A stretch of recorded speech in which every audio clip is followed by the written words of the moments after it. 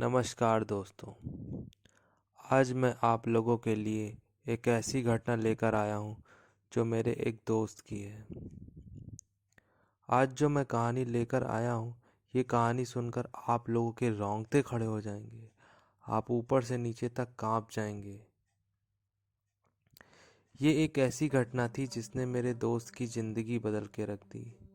आज वो एक पागल खाने में एडमिट है।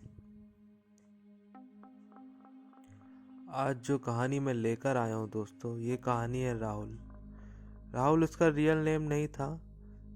मैं कुछ रीज़न से उसका रियल नेम नहीं बता रहा हूँ क्योंकि उसके फैमिली वालों को कुछ परेशानी हो सकती, कुछ प्रॉब्लम हो सकती है, इसलिए मैं उसका रियल नाम नहीं बता रहा हूँ। ये बात है सन 2021 की। लगभग 2 साल होने वाले होंगे इस घटना को। हुआ ऐसा, जो ये राहुल था, ये भूत पिशाच इन सब चीज़ों पर बिल्कुल भी विश्वास नहीं करता था दोस्तों। ये हमारा बचपन का दोस्त था। जब भी हम लोग कहीं भी कुछ खेलते थे, मतलब कोई भी गेम खेलते थे, तो हम लोग अक्सर ये भूत प्रेत चुड़ैल वाला या भूत भूत अक्सर यही गेम खेलते थे। हम लोग ज़्यादा और गेम्स नहीं खेले थे, जैसे क्रिकेट हो गया, फुटबॉल हो गया। तो हम लोग ज़्यादातर भूत वाला गेम खेलते थे, या मतलब डरावना कहानियाँ या ऐसे ही गेम खेलते थे जिसमें डर लगे। तो राहुल जो था, ये भी हम लोग के साथ ये गेम खेलता था, लेकिन उसको इतना इंटरेस्ट नहीं था इन सब चीज़ों में। ये हम लोग के साथ खेलता तो था, लेकिन ये हमेशा यही बोलता था, तुम लोग पागल वागल हो क्या, भूत भूत कुछ नहीं होता है। मुझे इन सब खेलों में ज़्यादा मज़ा नहीं आता। ये भूत अगर रियल में हो तो कुछ मज़ा भी आए। वो इन सब बातों पर बिल्कुल भी विश्वास नहीं करता था। बचपन में हमारा जो पूरा ग्रुप था, वो ग्रुप यही भूत भूत खेलता था। तो जो ये राहुल था, ये भी खेलता तो था साथ में, लेकिन इसको ज़्यादा इंटरेस्ट नहीं था, क्योंकि इन सब चीज़ों पे मैंने पहले ही बताया, ज़्यादा विश्वास करता नहीं था इन सब चीज़ों पे। अब चलिए कहानी की तरफ चलते हैं। बात 2014 की है। सब लोग अलग अलग शहर में सेटल हो चुके थे। हम लोग की ग्रेजुएशन भी कंप्लीट हो चुकी थी। राहुल है ना, ये जाकर दिल्ली में शिफ्ट हो गया था। दिल्ली में एक कंपनी में ये जेई बन गया था। जेई जानते हैं ना आप लोग, जूनियर इंजीनियर। तो ये दिल्ली के प्रॉपर दिल्ली में नहीं रहता था, थोड़ा सा आउटसाइड में था। प्रॉपर दिल्ली में नहीं था, थोड़ा आउट में था। जो दिल्ली का बाहरी इलाका है ना, उस साइड में था। अब क्या होता है, राहुल का एक रूटीन बन गया था। इस रूटीन में वह सुबह निकल जाता, यही करीब कोई 9:30-10 बजे, और शाम को 6:30 बजे तक वापस आ जाता था।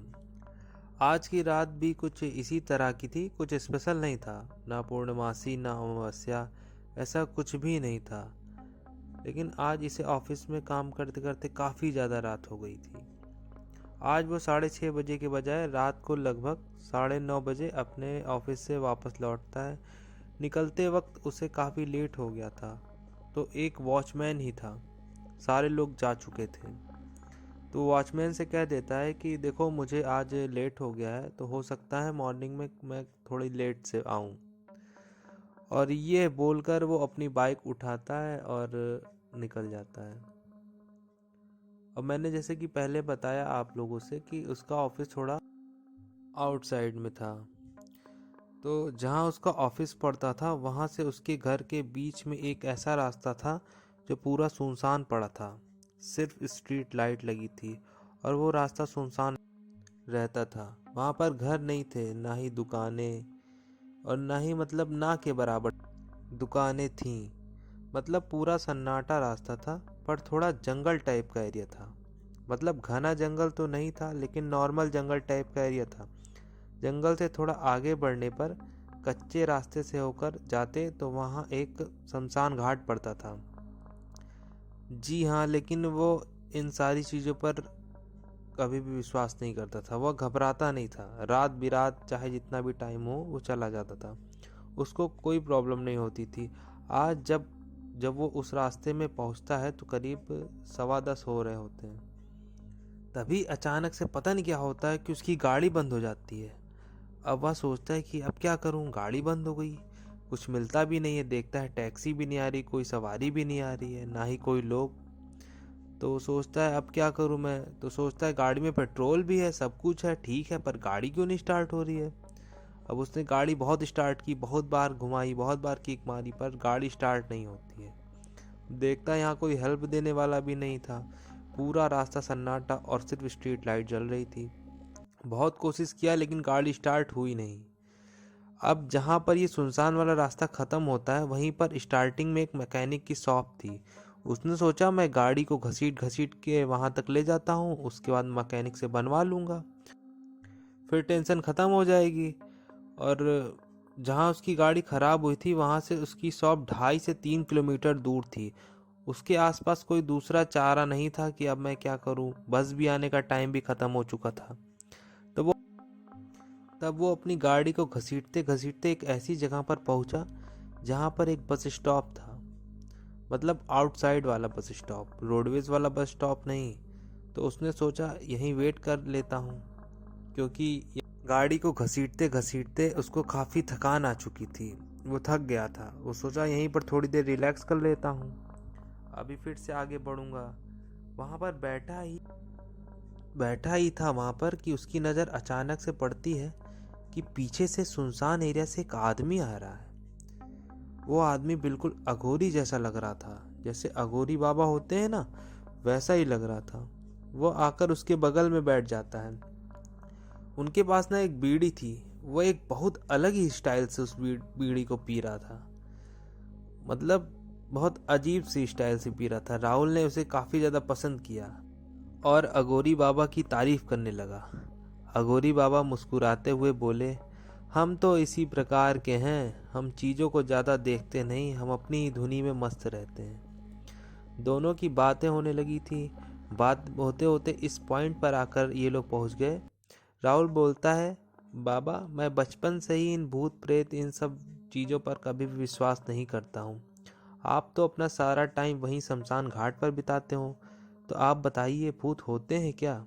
अघोरी बाबा बोलते हैं कि हाँ बेटा, भूत प्रेत होते हैं। भाई तुम मानो या ना मानो, भूत प्रेत की सच्चाई को तुम नकार नहीं सकते। राहुल मुस्कुराते हुए सोचता है कि अरे ऐसे ही बोल रहे होंगे ये तो। राहुल बोलता है, बाबा अगर भूत प्रेत होते हैं तो हमें क्यों दिखाई नहीं देते, हम लोगों को क्यों नहीं दिखाई देते भूत प्रेत। अगर इतना ही है तो आप इन सारी चीज़ों में इतना इन्वॉल्व हो तो आप मुझे दिखा दो भूत प्रेत, मैं विश्वास करने लगूंगा। बाबा बोलते हैं, अच्छा ऐसी बात है हिम्मत तुझ में, मर तो नहीं जाएगा। देख मैं दिखा तो दूंगा, लेकिन उसके बाद तेरे परिवार से कोई आना नहीं चाहिए मेरे पास। राहुल बोलता है, अरे बाबा बचपन से मैं इन सारी बातों की कहानियाँ बहुत सुन चुका हूँ और इतना एक्सपीरियंस है मुझे, इतना मुझे विश्वास है कि भूत प्रेत खुद होते नहीं हैं। बाबा बोलते हैं, ठीक है, अगर मरा गया तो मेरी कोई जिम्मेदारी नहीं होगी। फिर सोच ले, अगर तू मरा गया तो मेरी कोई जिम्मेदारी नहीं होगी। तो राहुल बोलता है, नहीं बाबा ऐसी कोई बात नहीं है, मैं तैयार हूँ। तो अघोरी बाबा बोलते हैं, फिर चल तू शमशान घाट मेरे साथ। तो राहुल बोलता है, ठीक है। और बाबा और जब तक ये दोनों शमशान घाट पहुँचते हैं तब तक टाइम कुछ यही करीब 11 सवा 11 बज चुका था। घना अंधेरा था, कोई भी लाइट नहीं दिख रही थी, बिल्कुल घना अंधेरा। शमशान पहुंचने के बाद देखता है राहुल कि कुछ चिताएं जो थी वो अभी भी जल रही हैं, जो सुबह की जली हुई थी वो अभी तक जल रही थी। राहुल जो था वो अघोरी बाबा के पीछे पीछे बढ़ चला। ये दोनों एक ऐसी जगह पर जाकर रुक गए जहाँ एक चिता जलकर अभी थोड़ी देर पहले ही शांत हुई होगी। बाबा ने इशारा करते हुए बोला, बैठ जाओ। राहुल बैठ जाता है, बाबा भी बैठ जाते हैं। अब राहुल की हार्ट बीट थी वो थोड़ी तेज होने लगी। अब वो उसको अजीब सा डर लगने लगा। राहुल घबराया हुआ था कि क्या होगा। देखो चाहे कोई विश्वास करे या ना करे, लेकिन शमशान में रात के टाइम वो भी चिता के पास बैठना तो घबराहट तो आ ही जाएगी, चाहे वो कितना भी बहादुर क्यों ना हो। कोई कितना भी बने अपने आप को कि मुझे डर नहीं लग रहा है, लेकिन जब सामने ऐसी कंडीशन हो तो सबको डर लग ही जाता है। राहुल घबरा रहा था कि अब क्या होगा, कुछ गड़बड़ तो नहीं हो जाएगी। अघोरी बाबा बिना कुछ बोले अपने साथ में रखी हुई एक पोटली में से एक कील निकालते हैं। उस कील को सामने की जमीन में गाड़ देते हैं और बोलते हैं कि इस कील में एक धागा बांध रहा हूँ मैं, कुछ भी हो जाए इस धागे को छोड़ना मत। और उस धागे को राहुल को पकड़ा देते हैं अघोरी बाबा। अब जो पोटली थी उसमें से कुछ बतासे निकालते हैं और उस कील के पास रख देते हैं और एक बार फिर पूछते हैं, अगर डर लग रहा है तो अभी भी वापस चला जा, और अगर है हिम्मत तो आज तू कुछ ऐसी चीज अनुभव कर लेगा जो तू अपनी पीढ़ियों को बता पाएगा कि भूत होते हैं या नहीं। अगर तुझे अभी भी डर लग रहा है तो तू अभी भी लौट सकता है। तो अब राहुल सोचता है कि अब मैं, उसके ईगो पर बात आ चुकी थी, अब वो सोचता है कि अगर मैं अब यहाँ से लौट जाऊँगा तो कितनी बेइज्जती हो जाएगी मेरी कि एंड टाइम पे डर गया, ये भाग गया। तो राहुल सोचता है अब यहाँ तक आ ही गए हैं तो देखते हैं आगे क्या होता है। तो जो अघोरी बाबा थे जो बताशों को वहाँ कील के पास रखे थे, वो बोलते हैं कि अभी इन बताशों को खाने के लिए आत्मा आएगी। मैं एक बार फिर बोल रहा हूँ कि गलती से भी इस धागे को छोड़ना मत, नहीं तेरी मौत पक्की है। तो राहुल बोलता है ठीक है बाबा। अब बाबा उस राहुल को वो धागा पकड़ा देते हैं और कोई मंत्र का मतलब कुछ बोलते हैं, आप अपने मन में कुछ बोलते हैं और राहुल से आंख बंद करने के लिए कहते हैं। अब लगभग 5 मिनट बाद बाबा उससे बोलते हैं कि अपनी आंखें खोलो। जब राहुल अपनी आंख खोलता है तो आंखों के सामने क्या पाता है, पूरा अंधेरा, सब कुछ एकदम ब्लैक सा नजर आ रहा था, उसको कुछ भी नहीं दिख रहा था। अब वो जिस जगह बैठा हुआ था, जिस शमशान घाट में राहुल बैठा था, अपने आप को वहां नहीं पाता है। इतना उसको अच्छे से समझ में आ गया था कि कुछ ना कुछ हो गया उसके साथ, वो इल्यूजन वाली दुनिया में चला गया था। वो बैठा तो शमशान घाट में था लेकिन उसका दिमाग कहीं और चला गया था। उसको ऐसा लग रहा था कि मैं कहीं और हूँ और उसको कुछ आकृतियाँ दिखाई देना शुरू हो गई थी। वो बाबा भी नहीं दिखाई दे रहा था, सामने जो चिताएं चल रही थी वो भी नहीं दिखाई दे रही थी, शमशान घाट में कुछ भी नहीं दिखाई दे रहा था। उसको लग रहा था कि मैं शमशान घाट में नहीं हूँ।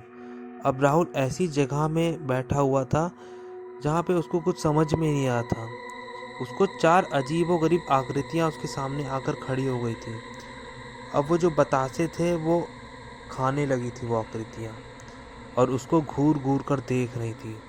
राहुल घबरा जाता है कि क्या हुआ मेरे दिमाग के साथ, मैं सच में वहाँ से अदृश्य होकर यहाँ कैसे पहुँच गया हूँ, या कि केवल मेरे दिमाग का वहम है, मेरे दिमाग को किसी तरह से बांध लिया गया है। उसे कुछ समझ में नहीं आ रहा था। राहुल बाबा को खोजने की कोशिश करता है लेकिन राहुल का दिमाग शायद उसके बस में हो चुका था, इसलिए उसे वह बाबा भी दिखाई नहीं दे रहा था। राहुल जोर से चिल्लाया। अचानक से उसे सामने से आता हुआ एक आदमी दिखाई देता है। यह अभी भी उसी के साथ हो रहा था। राहुल उसी जगह पर सामने से आता हुआ एक आदमी को देखता है जिसकी मौत अभी अभी लगभग 3 दिन पहले हो चुकी थी। ये आदमी कोई और नहीं बल्कि राहुल का पड़ोसी ही था, जिस पड़ोसी की मौत अभी 3 दिन पहले ही हुई थी। उस पड़ोसी की आत्मा राहुल को सामने से देख रही थी। अब राहुल घबराना शुरू कर देता है। अभी तक जितना भी डर उसके मन में हावी हो रहा था, उससे 100 गुना ज़्यादा डर ने उसके मन में डेरा लगा लिया था। राहुल और जोर से चिल्लाया और उस आदमी की आत्मा को देखकर राहुल ने अपने हाथ से उस धागे को छोड़ दिया, जिस धागे को छोड़ने के लिए राहुल को बाबा ने साफ साफ मना किया था। राहुल ने जैसे उस धागे को छोड़ा, उसके बाद राहुल अपने आप को वापस उसी शमशान घाट में पाता है, वापस से उसी बाबा को अपने सामने बैठा हुआ पाता है, अपने सामने उन्हीं चिताओं को जलता हुआ देखता है।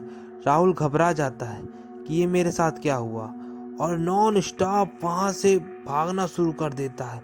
इतनी तेज से भागता है, इतनी तेज से भागता है कि उसको कोई लिमिट ही नहीं थी। रास्ते में भागते भागते किस्मत से उसको लोडिंग ऑटो मिल जाती है, वो उसको लिफ्ट देती है। उसके बाद राहुल जल्दी से जल्दी अपने घर पहुंचता है। घर पहुंचने के बाद अपने मम्मी पापा को सारी बातें बताता है। मम्मी पापा उसको इस सारी बातों को लेकर डांटते हैं, बोलते हैं तुझे ऐसा नहीं करना चाहिए था। अब उस रात राहुल को कुछ समझ ही में नहीं आ रहा था, वो अभी भी घबराया हुआ था। उस रात राहुल खाना भी नहीं खाता है।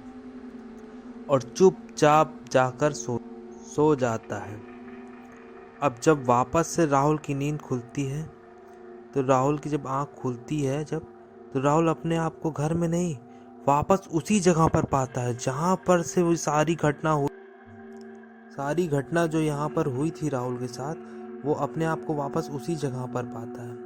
राहुल अपने दिमाग से पूरी तरह से ब्लैंक हो जाता है और उसे कुछ समझ में नहीं होता, और वो फिर वहाँ से भागना शुरू करता है।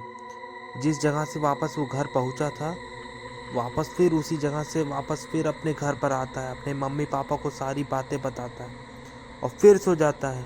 फिर वापस से उसकी आँख खुलती है, फिर वापस से उसी जगह पर अपने आप को पाता है, फिर भागना शुरू कर देता है, फिर घर पहुंचकर अपने मम्मी पापा सारी बात बताता है। कॉन्टिन्यूसली ऐसी वो बार बार ही उसके साथ ये चीज़ हो रही थी। राहुल को समझ ही में नहीं आ रहा था कि वो रियल में ये दुनिया में जी रहा है या किसी इल्यूजन में जी रहा है। उसको समझ ही नहीं आ रहा था कि सच्चाई कुछ और है और क्या हो रहा है उसके साथ, उसको कुछ भी समझ में नहीं आ रहा था। लेकिन जैसे ही उसकी आँख खुल रही थी, बार बार वो अपने आप को उसी शमशान घाट में पाता है। वहाँ से दौड़कर फिर वापस घर पर आता है, मम्मी पापा से सारी बातें बताता है, फिर जैसे आँख बंद करता है, फिर उसकी आँख खुलती है और फिर वही चीज़। उसका दिमाग एकदम से ब्लैंक हो गया था, उसको कुछ समझ में नहीं आ रहा था। तो ऐसे होते होते होते ऐसे सुबह हो जाती है। सुबह राहुल बहुत ही परेशान रहता है। वो सारी बात जाकर अपने भाई से बताता है और उसका भाई उसकी सारी बात A to Z तक बात सुनता है और राहुल उसे सारी की सारी बात बताता है कि उसके साथ क्या हुआ क्या नहीं हुआ। वो अपनी सारी बात जाकर अपने मम्मी पापा से बताता है। उसका छोटा भाई जो था राहुल का, वो सारी बात जाके अपने मम्मी पापा से बताते हैं।